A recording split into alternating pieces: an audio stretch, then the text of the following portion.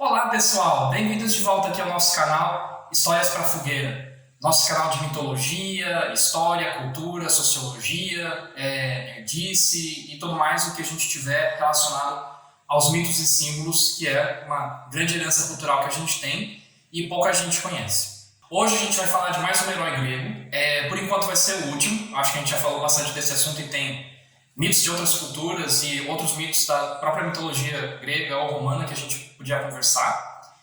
E então eu vou encerrar essa saga, por assim dizer, com um dos heróis, na verdade, menos conhecidos da mitologia grega. E ele era bastante famoso na Grécia, né? A história dele era narrada e apresentada, mas na modernidade ele acabou se perdendo e eu vou explicar mais ou menos como foi isso. Então, é a história de Belerofonte. Só para avisar, cedo ou tarde eu vou pronunciar errado esse nome. Tem bastante nome complicado nesse vídeo, provavelmente eu vou me engasgar, mas vamos ver se eu consigo não sofrer aqui com a dislexia. O começo da história dele ou foi perdida ou não se tinha, mas ele foi exilado da corte de Corinto, desculpem, ele foi exilado de Corinto, que é a terra natal dele. Ou ele matou o irmão, ou ele matou o rei daquela região. Ou se perdeu ou não se tem assim, esses escritos exatos, foi uma coisa que ficou só na realidade. E para se purgar desse assassinato, ele vai para a corte do Rei Preto, em outra região. Lembrando que ele não foi se purificar de um pecado, certo? O homem grego helênico não tem a noção de pecado. Dá uma olhada no vídeo mais importante do canal, o problema do cristocentrismo. Existem sim tabus na sociedade grega e o assassinato, alguns tipos de assassinato são, né, exceto para vinganças. E então ele chega nessa corte para se purgar e a esposa do rei Preto recebe ele, né, com todas as honras e tal. Ele era filho de um rei, né, do rei Glauco e da rainha Eurimedeia. Só que parecido com Teseu, tem um pouco essa noção de dupla paternidade, porque também dizem que ele é filho de Poseidon. Então, ou Poseidon acabou engravidando a esposa do rei, ou logo depois do rei ter feito coito com ela, ele foi lá e apareceu e também misturou. Isso é um tema que a gente viu com Teseu e alguns outros heróis só aparecem. O porquê os deuses têm tantos filhos com mortais, mas não têm tantos filhos entre eles, quando for falar da titanomáquia, que foi a guerra que teve entre os deuses olímpicos e os titãs, eu vou falar mais disso, tá? Mas por enquanto só percebam que isso é uma coisa que repete. E é muito importante quando você está trabalhando com mitos encontrar essas repetições, esses padrões, que aí quando a gente começa a ver as estruturas básicas, a sintaxe dessa linguagem simbólica. Eu prometo para vocês que todos esses vídeos têm um grande porquê quando eu for escutar essa chavezinha de como a gente interpreta os mitos. Mas bom, ele está lá na corte do Rei Preto e foi bem recebido e tal, só que a esposa do Rei Preto, Estenebeia, se apaixona pelo Belerofonte. E ele, obviamente, rejeita ela, né? Não vai cornificar o teu anfitrião, né? Isso é uma coisa de muito mau gosto. Só que Estenebeia não gosta dessa rejeição, ela fica se sentindo insultada e decide se vingar de uma forma não muito bacana. Ela acusa o Belerofonte de ter tentado violentar ela. Ela conta isso para o marido. Só que o Rei Preto não podia matar o Belerofonte porque ele era um hóspede. E isso também é um tema que eu vou falar um pouquinho mais pra frente, é o que a gente chama de Knésia, ou Xênia, a lei sagrada da hospitalidade. Em outras culturas isso aparece, em alguns mitos egípcios isso aparece, em alguns mitos nórdicos também. Mas bastante na mitologia grega, você tem sempre muito clara essa questão de que você não pode desonrar, maltratar o teu hóspede. Então, uma vez que você recebe uma pessoa na tua casa, ele é sagrado. Isso tem um pouco a ver e é reforçado, né, assim, socialmente falando, né, é um mito que ele tem uma função de justificar uma questão social. Na época antiga, viajar era uma coisa muito mais perigosa que hoje, né? Você não tinha ônibus, avião, carro. As viagens demoravam mais tempo, porque você ia a pé ou com animais. Tinha vários perigos, então muitas vezes você não conseguia chegar a uma estalagem ou um ponto que você pudesse descansar, então era comum você precisar de um pouco de boa vizinhança, né, de que algum morador lhe cedesse um lugar para dormir, um pouco de comida e água. Isso não era incomum. Então, você tem muitos mitos, em especial Zeus e Odin, nesse caso, puxando um pouquinho da mitologia nórdica, em que eles estão viajando disfarçados de mendigo ou velhos e que alguém ou atende bem eles e depois é recompensado, ou atende mal e depois é castigado. É um tema muito importante isso. Eu não sei se em outras mitologias tem assim um termo específico, mas para a mitologia grega tem. Então fica sendo muito importante que você não pode maltratar o hóspede. Tipo, mesmo que teu hóspede seja um fuleiro, se você maltratar ele, você também vai ser provavelmente castigado pelas fúrias ou alguma coisa assim. Então ele tem a ideia que é a seguinte: ele tinha um cunhado, que era o rei, outro rei, chamado Iobates, e ele decide mandar Belerofonte para lá. Ele manda assim, um mensageiro avisando, né, que está chegando esse convidado, e manda uma carta pro cunhado dele dizendo: ó, mata esse cara que ele tentou violentar minha mulher. Esse rei Iobates era o cunhado dele. Só que quando o Belerofonte chega com a carta, primeiro o Iobates recebe ele, faz festa, come com ele, né, partilha de um banquete, né. Isso é um tema que não é exclusivo do cristianismo, essa coisa de compartilhar comida. Isso é uma coisa, um sinal de aliança, por assim dizer. Só que ele só lê a carta depois. E aí ele não pode matar também o Belerofonte porque ele já virou convidado. Então a gente vê aí a sorte protegendo um pouco o nosso herói. Mas enfim, só que aí também o rei Iobates decide se livrar dele, né? E aí existe um monstro, que é a Quimera, que tem corpo de leão, cauda de serpente e várias cabeças, né? Uma cabeça de cabra, uma cabeça de leão, às vezes aparece também a cabeça de um dragão junto. Vai aparecer aqui algumas pinturas gregas, né, do monstro, do herói, pra vocês terem uma noção de como eles visualizavam esse monstro. E aí, Belerofonte decide também para honrar seu anfitrião: não, tá bom, é só um monstro que tá destruindo aí teu reino, matando as pessoas, comendo as pessoas, então eu vou me livrar dele, tá de boa, tá tranquilo, pode deixar. E aí nisso, quando ele tá saindo assim para começar a aventura dele, um adivinho percebe nessa situação e fala: olha, por que você não vai tirar um cochilo lá no templo de Atena? E ele vai, faz isso, e a deusa aparece para ajudar ele. E ela explica como encontrar o Pégaso, como domar o Pégaso, como mais ou menos lutar com a Quimera. Para quem não lembra, né, o Pégaso nasceu do assassinato da Medusa. Tem um vídeo sobre isso aqui no canal, é só olhar, vai aparecer aqui também nos cartões. E a gente vai falar um pouco sobre isso, de aparecer em especial nas leituras modernas, um monte de Pégaso, um monte de gente montando Pégaso, certo? Na mitologia grega raiz, não nesse negócio Nutella aí, a única pessoa que monta o Pégaso é o Belerofonte. Então, com essa sela e essas rédeas, Belerofonte vai até uma fonte onde o Pégaso estava bebendo água, né? Atena fala para ele nesse sonho de encontrar. Puxando essa questão, Poseidon é considerado o senhor dos cavalos. Apesar de ser o rei dos mares, né? O domínio dos mares tem essa simbologia com o cavalo. Quando a gente for falar de Poseidon, a gente vai analisar mais, né? Que tipo, tem muitos símbolos sobre Poseidon, então são um ou dois vídeos, talvez, para falar de Zeus, Poseidon e Hades. Então, Belerofonte, entre essas rédeas mágicas e a habilidade dele, né, essa herança dele, ele consegue domar o Pégaso. E aí ele sai voando nesse cavalo lá. Quando ele chega na região onde está a Quimera era um monstro que cuspia um fogo, uma lava, assim. E aí ele, com a agilidade, né, do cavalo voador, consegue escapar. E a ponta da lança dele era de chumbo. Então ele tem a ideia de conseguir colocar... estocar, né, com essa lança, um pouco antes, né, quando a Quimera vai lá vomitar fogo, ele enfia a lança nela, o chumbo se derrete, a Quimera sufoca e ele acaba conseguindo matar a Quimera. Percebam que não é a primeira vez que eu falo do chumbo, né, lembra que a gente tem que perceber esses padrões, né, o chumbo é um metal muito pesado e escuro, e isso é óbvio que chamou a atenção do homem antigo. Eu não quero sair numa tangente muito grande, mas é um assunto no próximo vídeo. Nós hoje estamos relativamente insensibilizados às imagens porque a gente tem um bombardeio muito grande delas, TV, filme, vídeo, as mídias sociais, toda hora é foto, vídeo, foto, vídeo, foto, vídeo, foto, vídeo. Mas para o homem antigo, ele era menos estimulado, por assim dizer, então algumas coisas que hoje em dia a gente olha e fala, grande coisa, é só uma criança morrendo, né? Eu já vi tantas, né, no Jornal Nacional, antes. Acabava chamando mais atenção, eles eram um pouco mais sensibilizados com isso. Então, obviamente, que um metal com essas propriedades é uma coisa pesada, escura, preta, ia chamar atenção, né? Obviamente, tem também a simbologia inconsciente e tal, a gente vai falar mais disso mais pra frente. Ele volta pra corte do rei Iobates, e ele fica mandando ele assim em várias outras missões que não são tão importantes, mas ele sai vitorioso de todas. E aí o Iobates se toca: não, peraí, não é normal um mortal conseguir fazer essas coisas. Ele, obviamente, é filho de algum deus. Se eu matar esse cara, eu tô perdido, eu vou ser estraçalhado, então, de repente, vamos ouvir.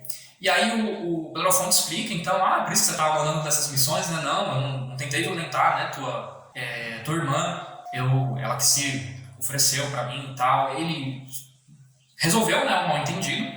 E ele ainda por cima deu para a mão da filha dele, Anticlimeia, para o Belerofonte se casar e acaba se estabelecendo como um rei.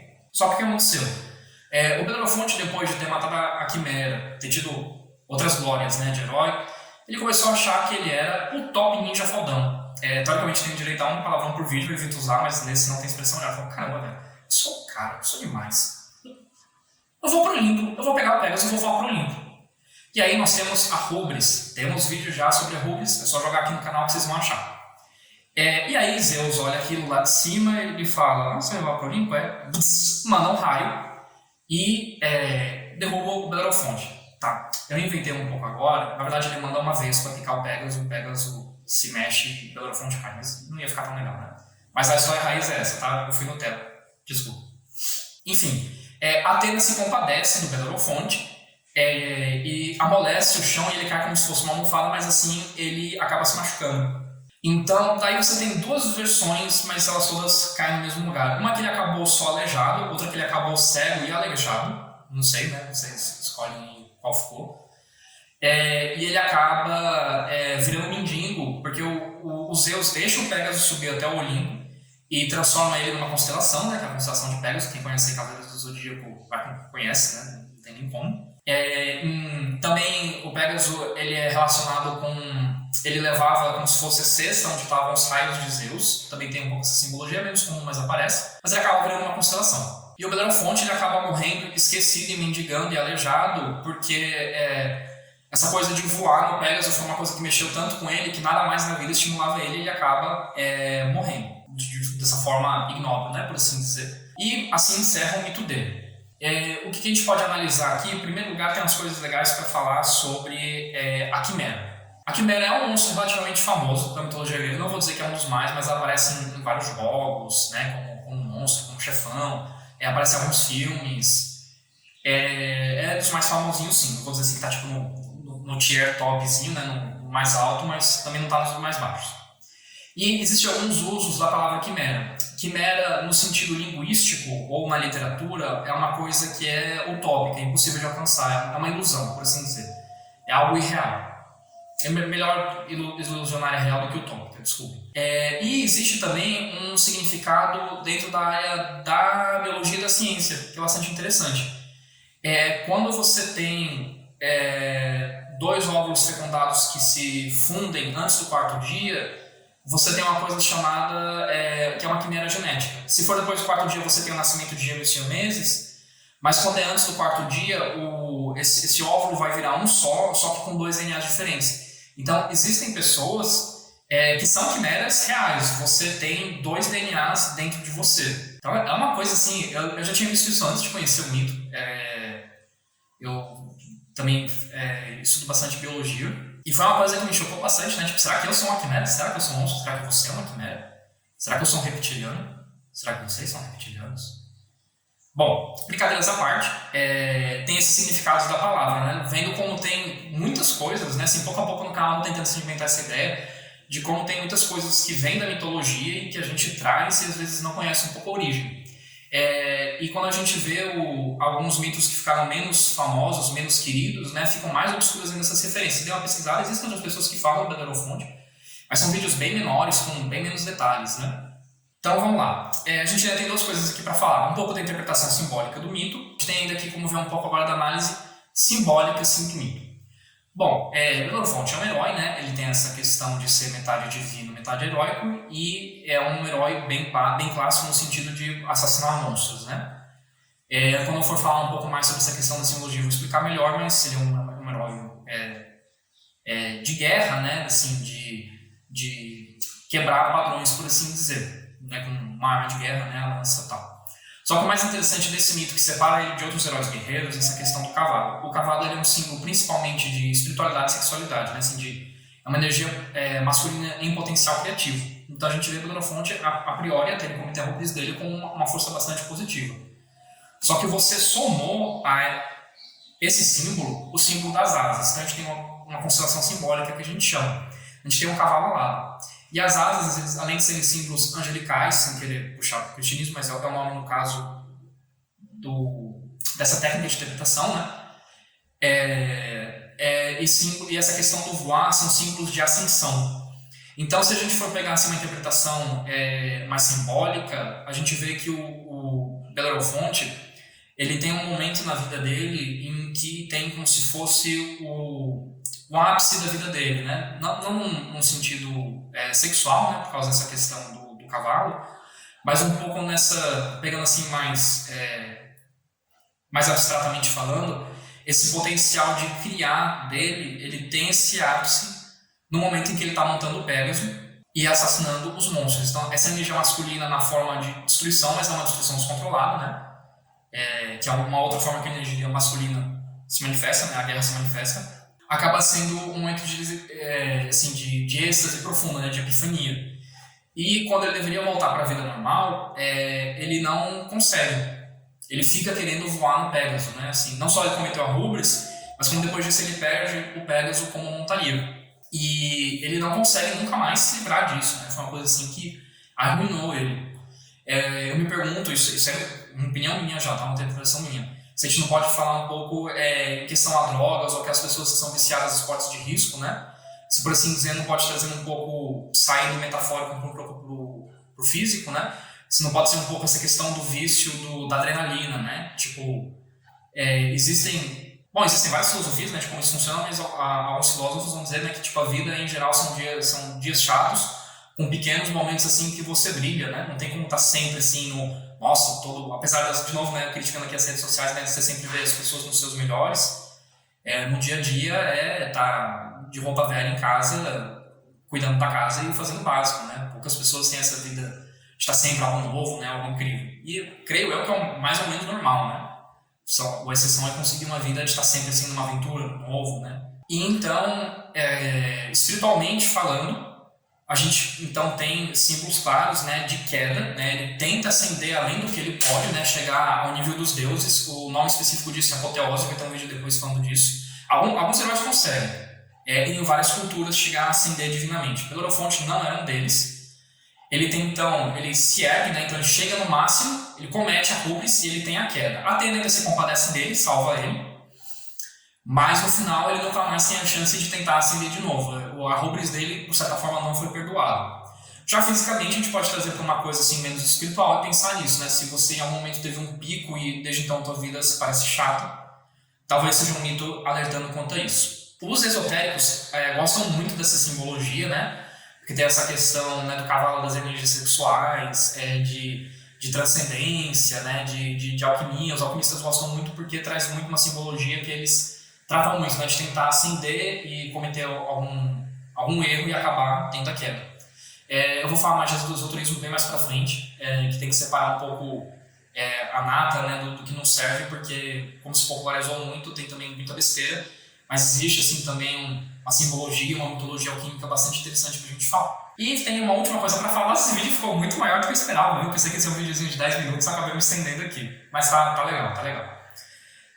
Vocês devem ter percebido que a maioria de vocês, eu acredito que nunca ouviu falar do Belerofonte. E muitos de vocês viram o Pégaso sendo montado por praticamente todo mundo, menos o Belerofonte. Como foi que isso aconteceu? Então, em primeiro lugar, na nossa cultura popular hoje, a gente vê às vezes o Pégaso como uma espécie de criatura mítica. Isso está errado, certo? Tem um Pégaso, que é um cavalo branco alado, que nasceu do assassinato da Medusa. Não existem Pégasos. Naquele filme Fúria de Titãs também, que eu já comentei, aparece uma hora onde ele Pégaso, não sei o quê, que o Perseu que monta nele, tá? Segundo, várias pessoas acabam montando no cavalo, em especial Perseu, já vou chegar lá, mas hoje em dia nas releituras, né, às vezes Pégaso aparece, mesmo quando ele é uma unidade, por assim dizer, não é uma criatura única, outras pessoas montam ele. Simbolicamente não é assim errado, por assim dizer, porque existem outras histórias que podem ser mesmo símbolo de ascensão de potencial criativo. Então sempre que a gente vê alguém montando o Pégaso, é como se fosse essa potencialidade do fazer, uma coisa levando assim para o yin yang, né, bem do masculino, do positivo, do criar, sendo maximizada, por assim dizer. É isso que o símbolo, entre aspas, significa. Só que por que então Belerofonte acabou sumindo da história? Na Grécia, ele era conhecido, né, como foi no começo do vídeo, só que quando você começa a chegar no medievo europeu, por algum motivo, e eu pesquisei, não se sabe porquê, Eu também me consultei com uma das colaboradoras do canal que é formada em Belas Artes, ela também não sabe. Se tiver publicação, tá em algum idioma que ninguém que eu conheço fala, que eu pedi pra galera pesquisar, ou é um assunto que não foi trabalhado, então aí as pessoas universitárias que estiverem precisando de tema para TCC, pós-graduação, fica a ideia. Por algum motivo, durante o medievo, quando começou essas representações de simbologia, o Pégaso começou a ser representado com outras figuras e o Belerofonte já foi começando a ser esquecido aí. E quando começou a chegar um pouco no Renascimento, quando os temas gregos começaram a voltar a ser tratados, por algum motivo eles começaram a colocar Perseu como montando no Pégaso. E aí isso acabou meio que colando, né, virando moda, e o Belerofonte ficou esquecido. Então eles atribuíram essa simbologia de montar o Pégaso ao Perseu. E o Belerofonte acabou ficando esquecido da história. Muito triste, né? Mas agora, graças aqui ao canal e nossos esforços, vocês conhecem quem era o verdadeiro ginete do Pégaso, né? Eu espero que vocês tenham gostado do vídeo. Sinto muito se ele ficou muito longo, mas eu tive muito carinho de fazer esse vídeo. Se vocês estão gostando do conteúdo, deixem aquele like, compartilhem com quem vocês acharem que quiserem, comentem aqui no canal. É muito importante vocês comentarem para ajudar a engajar o canal, para ele crescer, para mais pessoas que se interessam sobre esses assuntos ficarem sabendo. E é isso, né? Acho que não tem mais nada para falar, já falei demais. Tenham um bom final de domingo para vocês e até semana que vem. Tchau, tchau.